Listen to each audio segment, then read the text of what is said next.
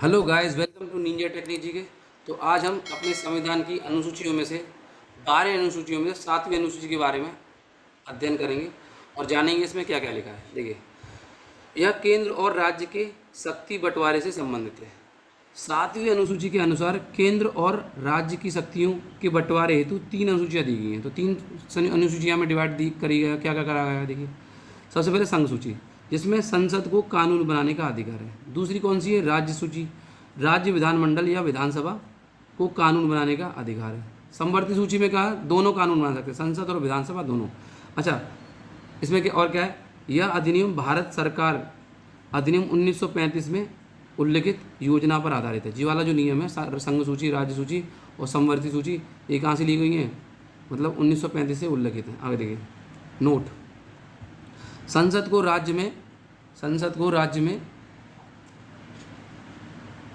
राज्य में कानून बनाने का अधिकार है। जब कब कानून बना सकती है? जब राष्ट्र में राष्ट्रपति शासन लगा हो राज्य में।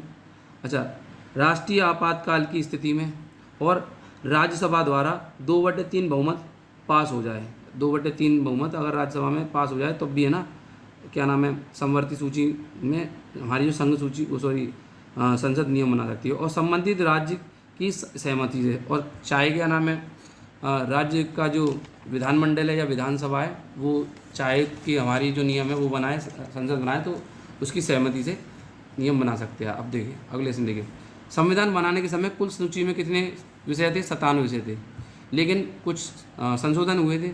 उसमें देखिए फिर क्या हुआ, संविधान बनने के बाद कुछ संशोधन के बाद संघ सूची में कितने विषय हो गए? 100 विषय हो गए, इंपॉर्टेंट। अच्छा, राज्य सूची में संविधान के समय 66 विषय थे और अब वर्तमान में कितने हैं? 61 विषय हैं। अच्छा, समवर्ती सूची में संविधान के समय कितने विषय थे? 47 विषय थे। अब कितने विषय हैं? वो 52 विषय हैं। आगे देखिए, अब चलते हैं आगे। अब देखिए, संघ सूची विषय, राज्य सूची विषय और समवर्ती सूची विषय। तो देखिए विषय कौन कौन से हैं। देखिए, संघ सूची विषय में कौन कौन से होते हैं? राष्ट्रीय सुरक्षा, सीधी बात है, देश की सुरक्षा होगी। संघ की बात होगी, देश की बात, मतलब हमारी जो केंद्र सरकार की बात होगी। स्टॉक मार्केट की बात होगी तब भी होगी। विदेशों से युद्ध होगी तब भी संघ की बात होगी। अंतर्राष्ट्रीय संधि होगी तब भी। विदेशी ऋण तब भी। बैंकिंग तब भी।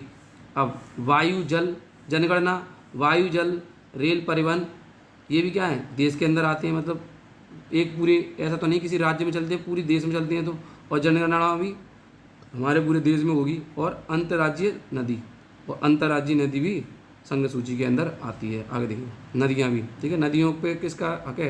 मतलब संघ सूची में आती है। इसमें नियम कौन बना सकती है? संघ सूची बना सकती है। कभी कभी राज्य भी इसमें है ना, कभी कभी इन दोनों में टक्कर होती है, तो इसकी मध्यस्थता कौन करता है? सुप्रीम कोर्ट या हाई कोर्ट इनकी मध्यस्थता करता है कि वो नदी का पानी कहाँ छोड़नी चाहिए या कहाँ नहीं। जैसे कावेरी में कर्नाटक और महाराष्ट्र के बीच में क्या चलता रहता है, थोड़ा विवाद चलता रहता है। आगे देखिए अच्छा, आगे राज्य सूची विषय कृषि, पंचायत राज, पुलिस, जेल, सिंचाई, भू राजस्व, लोक स्वास्थ्य, ठीक है।